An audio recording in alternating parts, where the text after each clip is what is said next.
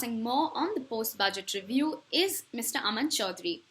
He is a mechanical engineering graduate from Bangalore University and has completed his postgraduate course in industrial engineering from USA. He has been in the Karnataka State Council for 6 years. He is the chairman of CII Karnataka and has been a co-convener of the CII Manufacturing Panel. He is an active member of Young President Organization and is the managing director of Surin Automotive Private Limited. Thank you, Mr. Aman Choudhary, for joining in and doing this with us. So with the unveilment of the budget 2022 and 2023 that has happened today morning, first off, I'd like to know, what are your thoughts on it? And do you think it's the positive way to look at it? Is it more holistic than the previous budget announcements? What's your take? Yeah, thanks for having me on your chat and your show. So I think overall, yes, we believe it's a positive budget. It's a good directional budget. I think very good steps in terms of the capital expenditure. I think the government has given us direction of what they intend to do. The intention is very, very good. I think it's a growth budget. If they do achieve the 7.5 lakh crores, what they're planning to spend on infrastructure and capital expenditure is very, very positive. They're also driving this by technology, which is very positive. They've also given very good statements on things like EV. So I think overall, a very good budget. A very good budget, yes. Right. So you just mentioned that the expansion that has happened with the infrastructure sector as well as the tech, fintech and edtech has been taking over in the country for a while now. So what do you think the future looks like with this entire tech thing coming in and being used in mostly? I think in most of the schemes we saw the fact that tech was being used, whether it was the mental health sector, the digital sector, for education, as well as the virtual assets that they have spoken about. So, how much of a big role does tech play into this?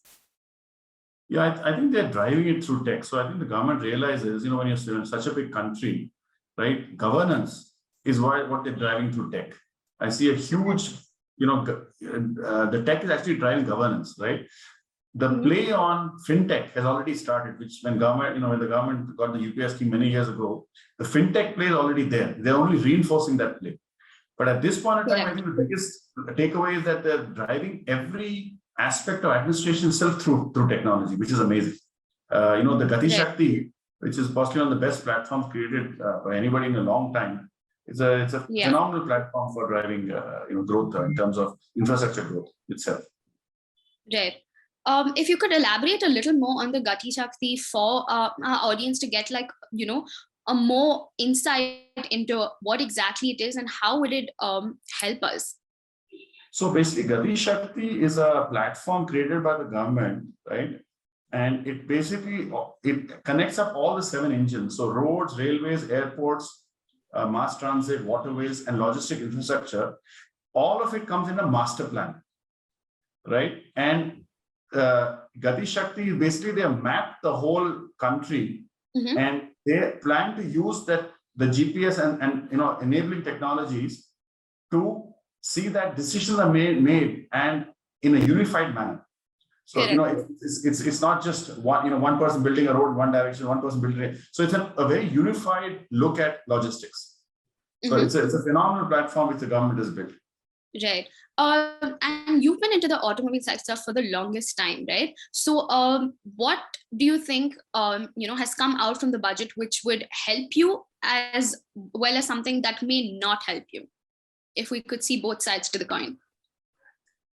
So I think I'm also in the infra space because we make components for the infra like excavators and tippers and things like that. So I think that's our biggest takeaway from this budget of what's really going to help us is that the capex drive will definitely drive up infra spend, which will drive up sales of things like excavators, which will benefit us. Okay. What we are concerned about would be possibly that rural demand is a bit slow right now. And I think not enough has been done on rural demand. So I think next year, we also the tractor space, tractor components. So we believe that we are hoping that they're in part of the capex expenditure, they do something, but they've not done, maybe some taxation benefits for, the working class could have helped. Something they could have done, but that is the next, one thing which I wish they had done. Right.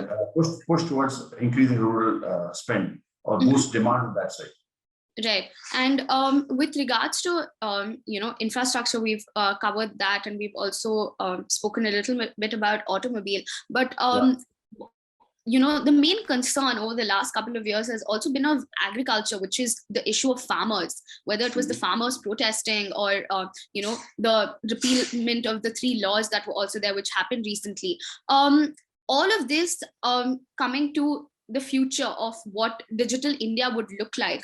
How do you think the agriculture sector could be, what could be implemented to make it better for the farmers in the country? So I'm not the right person to understand, since I'm not in the sector, but what I could read between what the government has done, I think they have made it a very inclusive kind of budget. I think the procurement targets they have put are much higher. Right, and I think even the pricing, I think they have pushed quite a bit. So they're promoting, post-harvest value addition. They're promoting consumption and branding of millet products. They're promoting, things like free nature chemical farming, things like that. So a lot of stuff they're promoting, and they also, I think, connecting up this whole using the digital platform, right, making it easier for the farmer to sell his produce. So I think these few things that they've done, which should help overall the farm sector also. Yeah. And speaking about, there has been a startup wave in the country for the longest time, but I think over the last 2 years, also with most people getting new innovative ideas while staying at home has also helped. And with the budget, including that, saying that there are incentives that are being provided for startups. How is it, because infrastructure as well as automobile is a sector that not most people may look at as the first idea that one gets, right? So how would it sort of benefit for that sector in particular? Because it's just the tax part that's there, but apart from that, what else could we look at and take the positives in? I think that the function of the government is to create an environment for an entrepreneur to prosper. And I think few things which the government has been doing right is ease of doing business, ability to start a company quicker, getting quicker approvals. This is what an entrepreneur looks for. We are not asking, no entrepreneur says, listen, you spoon feed me. I think the government's responsibility is being well taken care because they are creating, on ease of doing business, we have ranked much better than we did 3 years ago. I think we're down to 60 or something like that. So I think that has helped startups. On part of, and as far as auto concerned, I think the EV side, right? They have enabled a few things like battery swapping. There's some talk about creating a policy around that, so that will help the guys on the EV side. But overall, I think creating an environment to see that you can take quick decisions and you can,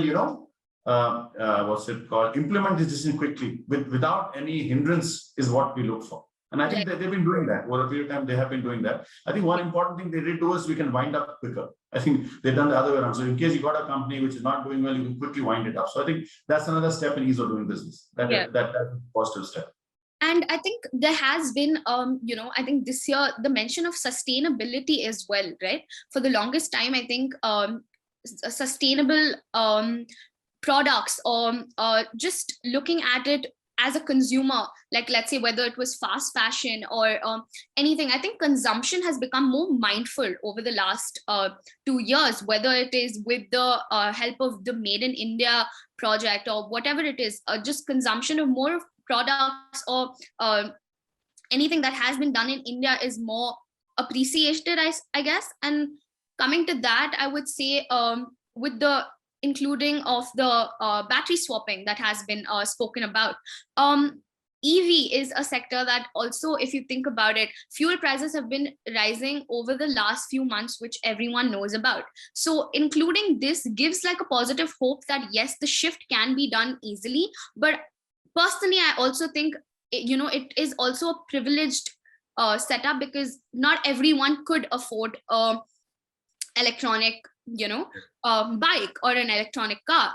most of us would go for a transport system which is easily accessible as far as battery swapping. But having said that, yes, it is a way to look at that, the fact that we're going into the positive direction.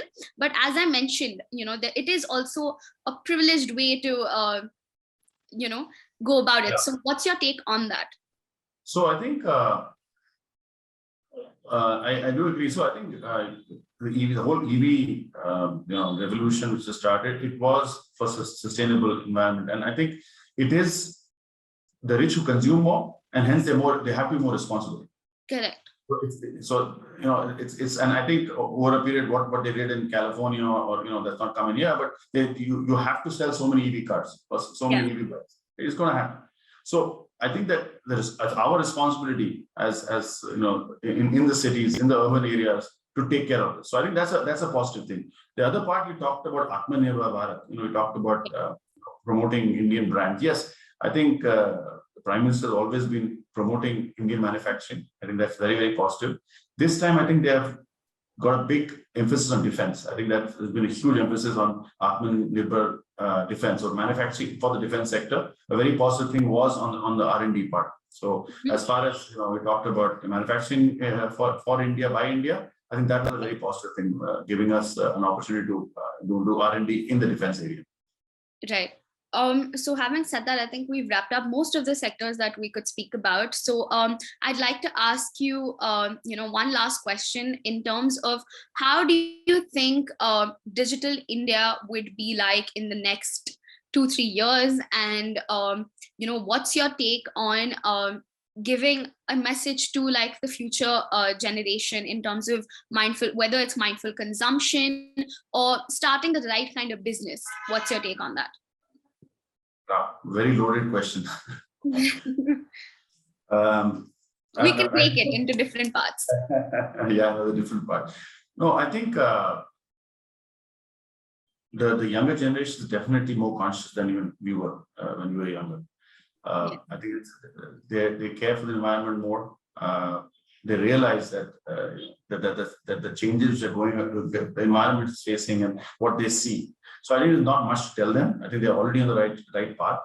As far as starting a business or growing a business is concerned, I think the entrepreneurial drive in this country is what will change this country. It's very, very important to keep that spirit of entrepreneurship going in this country. I think that is what, and we got 1.3 billion people. We have to create jobs, right? So there are people. The government cannot do it on their own. We need startups. We need entrepreneurs. We need people who will provide more and more jobs, right? So I think whoever has the drive, whoever has the opportunity to do it, we need to create opportunity for others.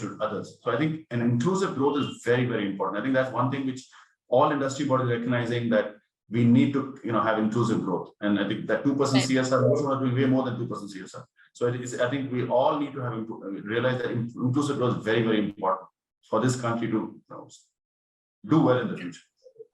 I think, with this, I think we wrap up our conversation. It was lovely talking to you. And the fact that you mentioned that inclusive growth is the only way ahead for the country, I think that's one thing that, has been the biggest takeaway for me, as well as the audience as well, from this conversation. So thank you so much, Mr. Aman Choudhary, for doing this with us. Appreciate it. Yes. Thank you.